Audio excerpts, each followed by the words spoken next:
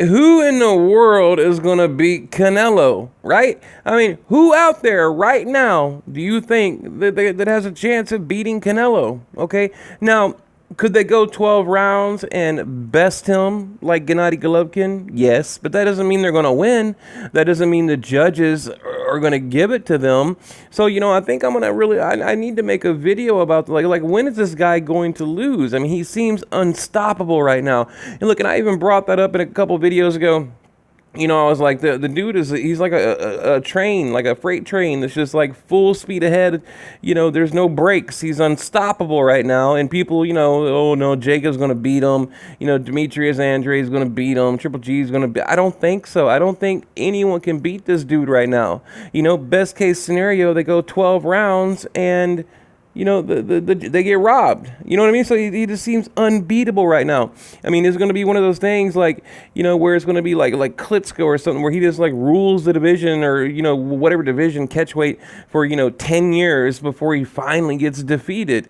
I don't know, but I'm really going to put a lot of thought into it. But look, reaction, okay? Immediate reaction, okay? So I predicted Canelo by knockout or UD. I said, if he doesn't knock out Jacobs, and we're going to get that unanimous decision, and that's exactly what happened. I mean, that is exactly what happened.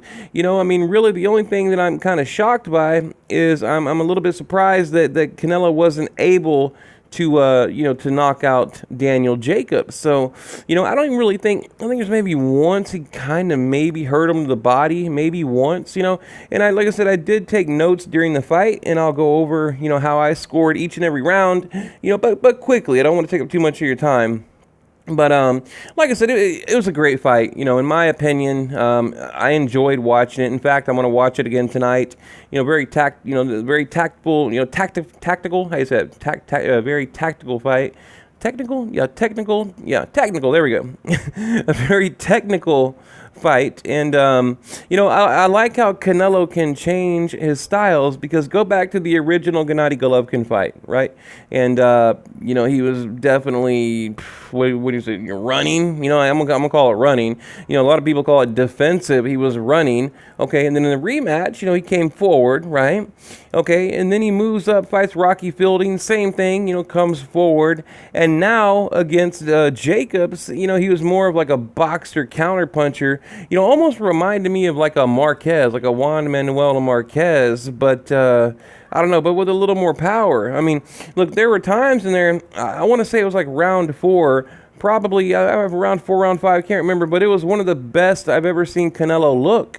He was like slipping punches, he was setting traps, the head movement, the footwork, the combinations, that explosive power and speed. Like, it was just a beautiful round for him. And, but Jacobs, I'm a little bit disappointed because, here's the thing. If you lose by a lot, then, okay, you know what I mean? I guess I'm cool with that. But in boxing, if you lose by a little bit, then that sucks. It's like, all Jacobs had to do was make a few adjustments and he would have had a better shot at winning the fight. Let your hands go, that kind of thing. I mean, just simple use the jab. And what the hell was that southpaw crap? Like anytime he'd go to southpaw, he looked like a fish out of water. He'd go from orthodox to southpaw and he looked completely awkward and just clumsy, and it was just a weird look. He was off balance and it was just very very awkward.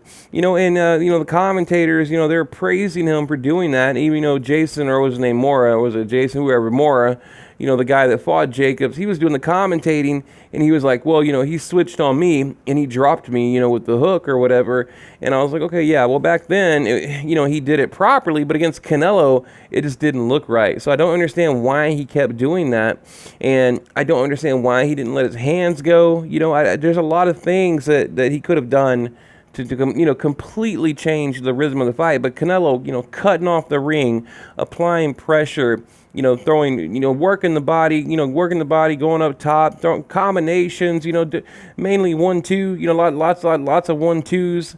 I mean, just it was a beautiful boxing. I'm gonna say it, just a beautiful boxing by Canelo. And anyone out there who can't admit that, then you're just being biased. You're simply being biased. Now Gennady Golovkin shows up, and they got booed. I mean, I couldn't believe it. Now the Mexican fans are booing Gennady Golovkin. I'm like, whoa, what the hell? Before, Golovkin would go anywhere, into Mexico, anywhere he'd go, and he's praised. People are, cheering and loving on him and, wanting autographs. And they showed him twice during the zone broadcast. And it was boos, like loud, like boo, like deep, loud boos, and I was like, whoa, like what has happened now? One thing, look at this picture right here. This was in the original Gennady Golovkin fight. I mean, look how much Canelo has changed, right? I mean, look at his body right here compared to what it was, against Jacobs.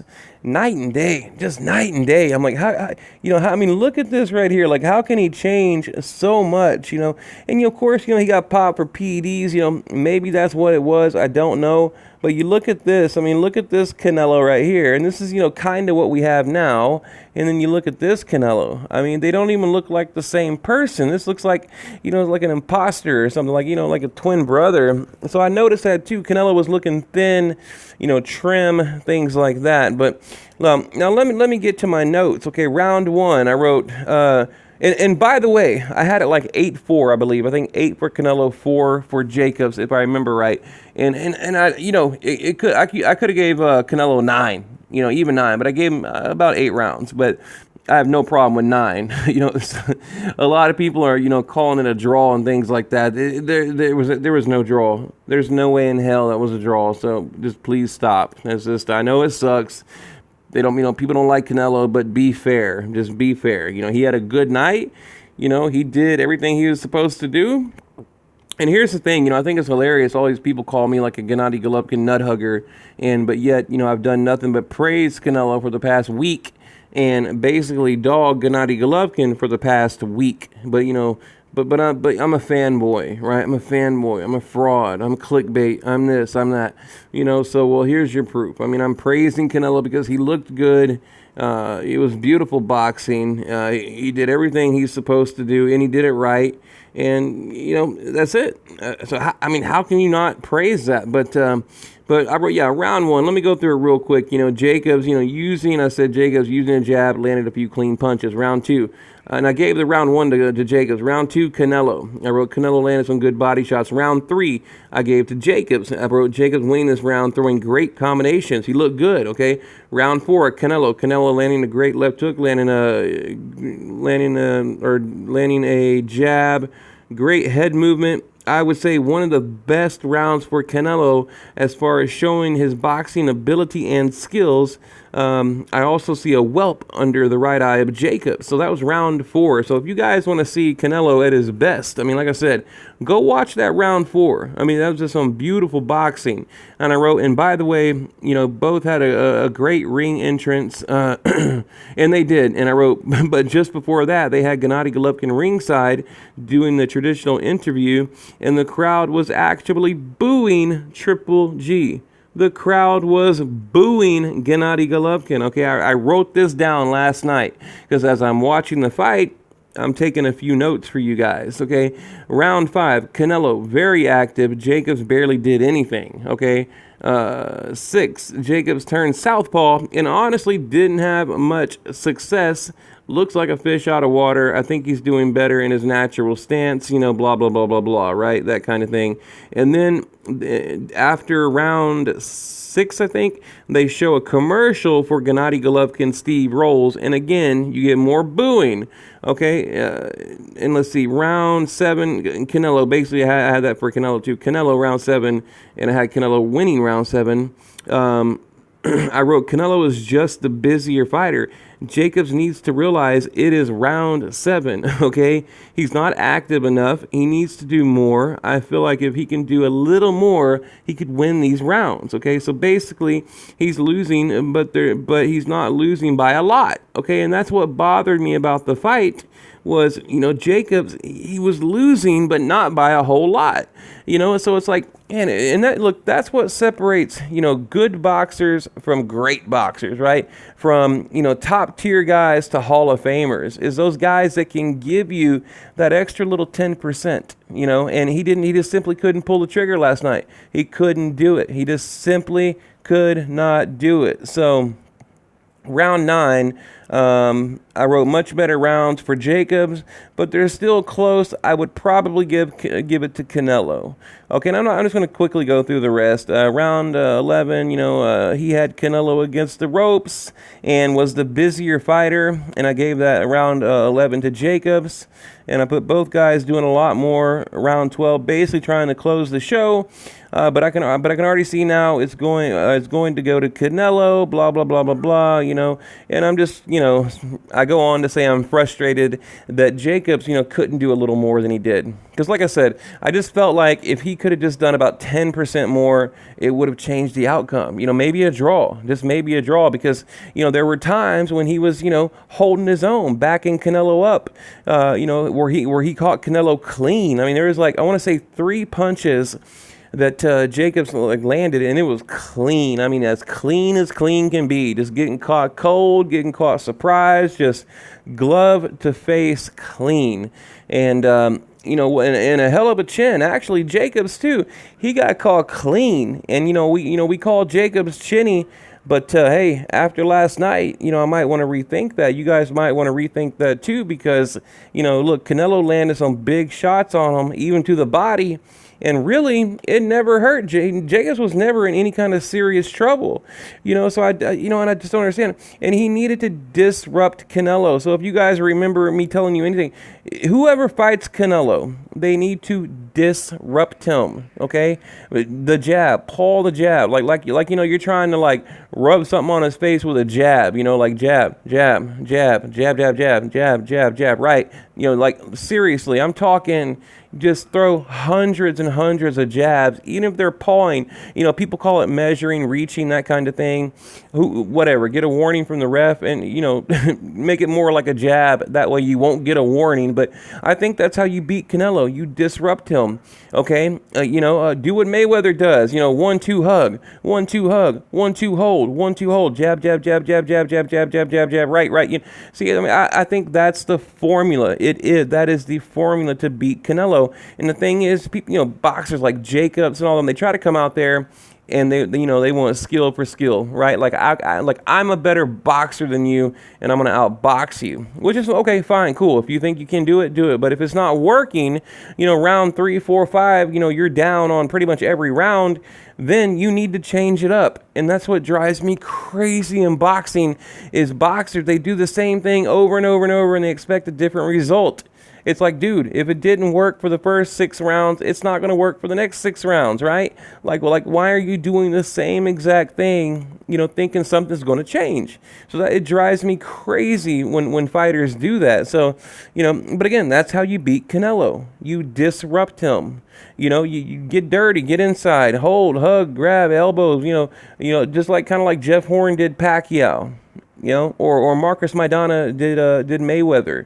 Not maybe to that extent, but yeah, that's how I see.